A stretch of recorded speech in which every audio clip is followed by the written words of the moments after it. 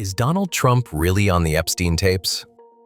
This question regularly explodes across social media. It appears in headlines, posts, and viral videos, often framed as a hidden truth that they don't want you to know. But what are the facts?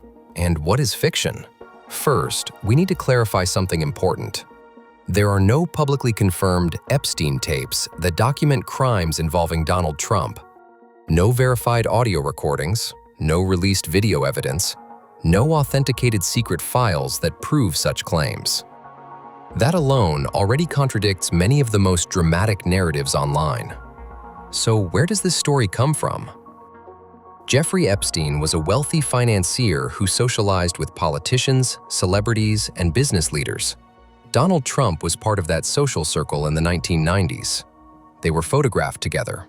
They attended the same events. That much is true. But proximity is not proof.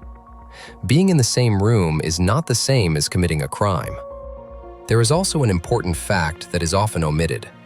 Trump publicly distanced himself from Epstein years before Epstein's first arrest.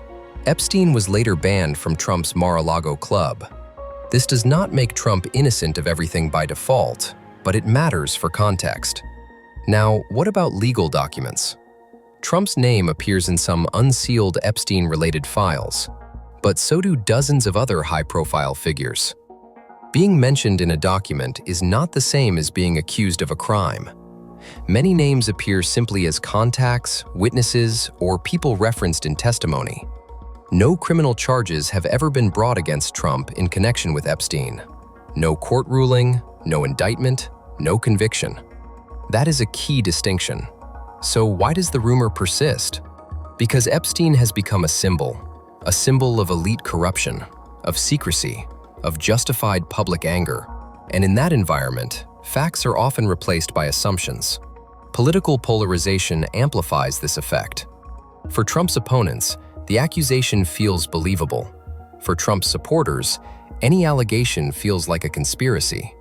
Both sides often stop asking the same question: what is proven? And what is speculation? Conspiracy thrives where transparency ends. But replacing secrecy with misinformation does not bring truth. It only creates noise. If real evidence emerges in the future, it must be judged by courts, not by viral posts. Until then, the responsible conclusion is simple. There is no verified evidence that Donald Trump appears on secret Epstein tapes or that he committed crimes connected to Epstein. Suspicion is not proof. Association is not guilt. And repeating unverified claims does not make them true. In a world flooded with information, critical thinking matters more than ever. Because truth does not need exaggeration. It only needs facts. Here is the part no one likes to talk about. The Epstein case was not a Hollywood movie. It was a legal failure. Evidence disappeared. Deals were made. Power protected itself. That is why people are angry, and that anger is justified. But anger without discipline turns into a weapon against the truth. There is a difference between demanding accountability and inventing villains. The internet erased that difference. Every time a false claim is repeated, real investigation becomes harder. Because lies give cover to silence, and noise replaces facts. If Donald Trump were guilty, proof would matter more than belief. Not screenshots, not anonymous posts, not everyone knows. Courts do not operate on vibes. And here is the most uncomfortable truth. The Epstein network did exist, but exposing it requires precision, not hysteria. Naming the wrong people lets the right ones disappear. That is how scandals die. And that is why this question matters. Not to protect Trump, not to attack Trump, but to defend reality in a time when outrage is easier than evidence. Because once society accepts that accusations no longer require proof, no one is safe, and justice becomes impossible. Truth is not partisan. Facts do not vote. And if we lose that standard, we lose far more than any political argument. We lose the ability to tell what is real at all.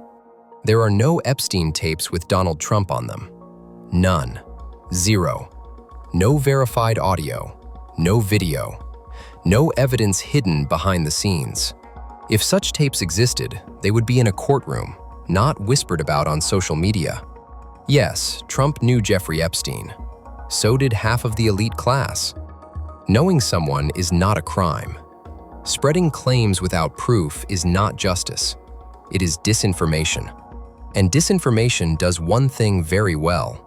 It protects real criminals by sending the public after imaginary ones. If evidence appears, prosecute. Until then, stop lying. Truth does not need rumors. Lies do.